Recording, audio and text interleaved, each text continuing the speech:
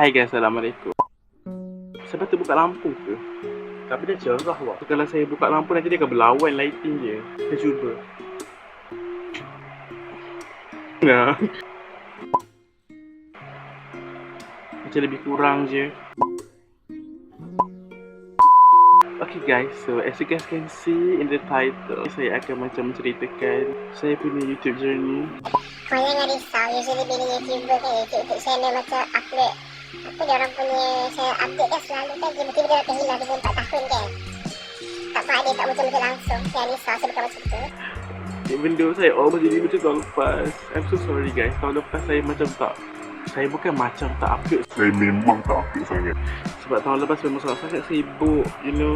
Saya sibuk dengan saya punya study.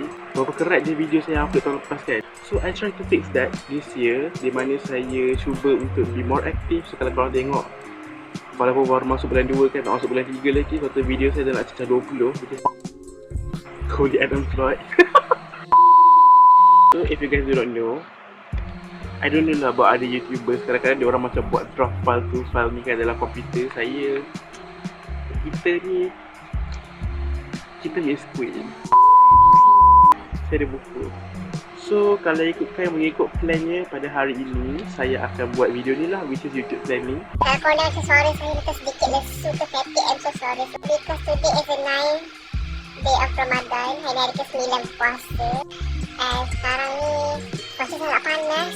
Kalau ikutkan planningnya, saya akan ada beberapa video upcoming lah.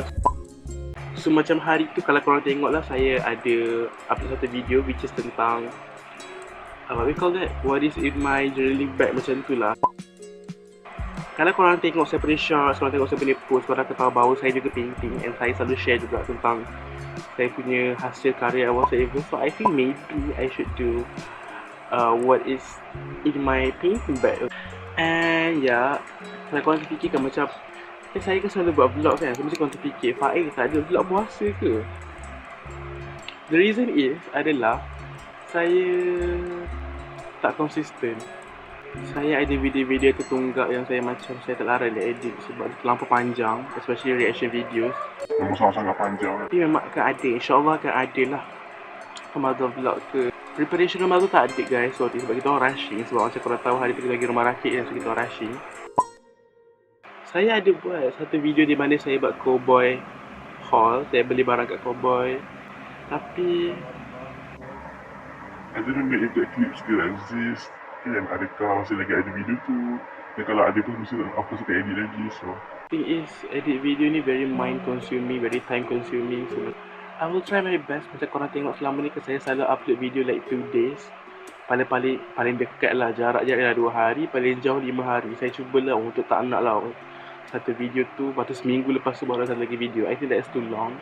I will try my best to be more productive and keep uploading as much as I can. I also have some videos yang saya dah record sebelum puasa, tapi saya tak record. Ada video tak dekat sebulan dah. So macam video ni pun, kalau korang tengok saya banyak tengok bawah kan, sebab I don't know korang akan nampak saya tengok bawah kan, ataupun korang akan nampak banyak cat antara dua tu. Sebab mungkin saya banyak sangat cat, mungkin sebab saya tengah tengok bawah. Saya tengok apa yang saya nak cakap, macam tu lah. Macam sekarang tadi kan saya tengok bawah kan. Yes. So macam tu lah ceritanya. InsyaAllah lah by bulan 3 masih ada kontes. Tak nampak lagi sana apa akan jadi dalam bulan 4 dan bulan 5. So yeah, I have some vlogs yang saya buat macam randomly, tiba-tiba kan kita orang pergi jalan mana-mana akan ada vlog. Tetapi saya tidak tahu macam mana nak elaborate, nak menyambung vlog-vlog itu kerana dia terlampau random dan jarak masa dia terlampau jauh. So I don't know. Tengoklah macam mana dia. Dia macam vlog separuh jalan, vlog tak jadi. So tengoklah sama ada benda-benda saya boleh handle atau tidak. So I think that's all for this video. Ini memang biasa, beritahu je apa yang terjadi. Apa yang sedang terjadi? dan apa yang telah terjadi.